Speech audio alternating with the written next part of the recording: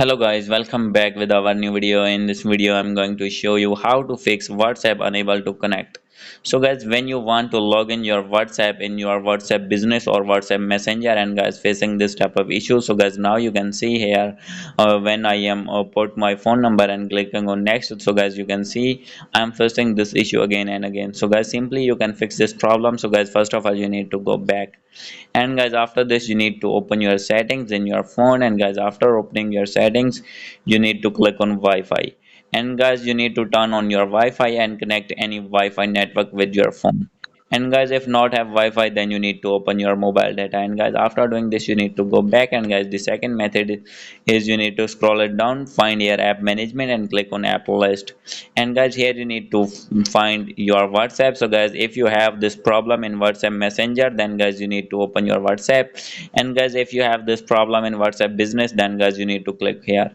So guys I have this problem in WhatsApp business, therefore I am clicking on it, and guys after this you need to click on storage and cache, and guys after this simply you need to click on clear story and clear cache, and guys after this you need to go back.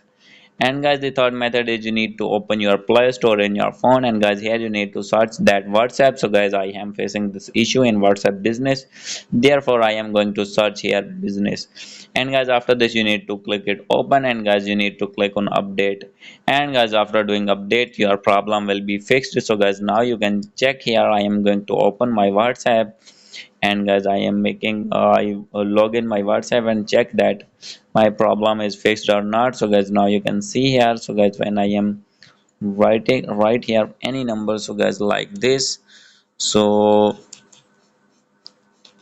after this I am going to clicking on next, and guys now you can see I am able to proceed next step. So guys you can see here, and guys my problem has been fixed, and guys now my WhatsApp has been shifted to next step. So guys by doing this method you will be able to fix this problem easily. So guys hope you like this video. If you like this video, please do subscribe, comment and share. Thank you.